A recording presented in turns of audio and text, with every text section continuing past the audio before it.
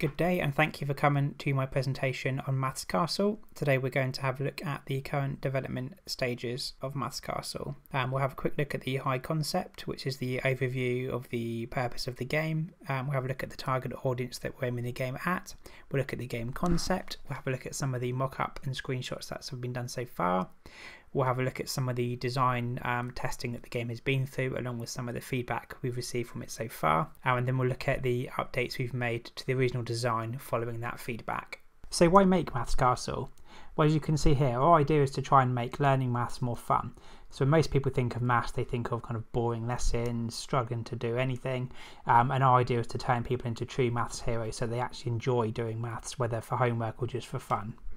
So what is Maths Castle? What if your life depended on your mathematical skill? Do you think you could survive? What if you just happened to be trapped in a castle by an evil maths genius? Do you think you could solve his deviously difficult puzzles to escape? No, I hear you say. Well, what if you actually needed a fun and exciting way to improve your math skills, should you ever end up in the aforementioned situation? Well, then Maths Castle is the game for you. So Maths Castle is a text-based action and adventure game with an educational twist. The target age of the people that should be playing the game are roughly 10 to 15. It can be played by younger children and obviously by older children, and the difficulty level can be set, so some of the questions can be quite difficult. It starts off with the standard questions, sort of like 2 plus 2 or 2 times 2, which is very easy for new players or people that aren't experienced with maths. And the idea is that as they progress, their score will be recorded, and as they get better, the difficulty will be slowly increased, kind of without them realising it, to help them improve their math skills and to sort of help get them through the game. So the game will be purchased by the parents of these children. The idea is that they want to help support the traditional learning that their children are involved in, be that school or private education of some kind.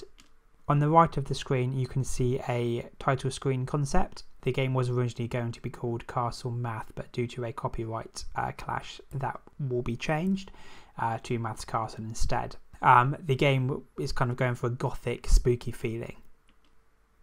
So what's the concept of Maths Castle? The idea is to have a story-driven educational game that improves math skills and supports traditional learning. It will feature top quality 2D graphics, and it will be a modern reimagination of the classic and great text adventure games of the past. So here we have some sample screenshots of the game in development so far. On the left we have a sample dungeon level, and on the right we have a sample maths question, which is set in one of the later levels in the courtyard. The story is told in the centre of the screen just through text. The background gives the user an idea as to what their current environment is. On the left you can see that it says press G to get up, so the player must press the relevant keys to progress the story down their chosen route. At particular junctions the players will be asked questions, and on the screen they'll be given a series of answers to choose from. The higher the difficulty setting, the larger the numbers involved become. So before Maths Castle reached this stage, we tested the idea with some children of the target age group. So now looking at the feedback, we asked them if they've ever played a text-based adventure game before. The majority said no. We asked what kind of games they like, and there was a kind of mix, but the overwhelming majority was an adventure game, kind of like Minecraft or Roblox. The majority said no, but a significant minority did say yes. We also asked if they like their games to have a story. The overwhelming majority said yes, they do like to have a story behind the game. So what can we learn from this feedback? Well, firstly, the target age group are not familiar with text-based adventure games on the whole. The majority preferred adventure games, closely followed by puzzle and action games. The majority of the group did not like to learn about maths, but around 40% still did. And story is a very important aspect to games of this age group. So what changes did we make following this feedback? Well, firstly, we placed a bigger emphasis on the story. We also made the story a bigger focus of the game. We tried to create a better atmosphere for the game to go with that story, and we made the maths questions buttons rather than let the player type the answer. I think this makes the game a little bit easier because it does give players some additional options, but the idea is that at higher levels of gameplay, those options will be removed and the user can still type the answer. Okay, so finally we'll have a quick look at the revised game concept versus the original game concept. The original game was planned to have a loose story with text input for changing screens and text input for answers, as well as maths questions at random points.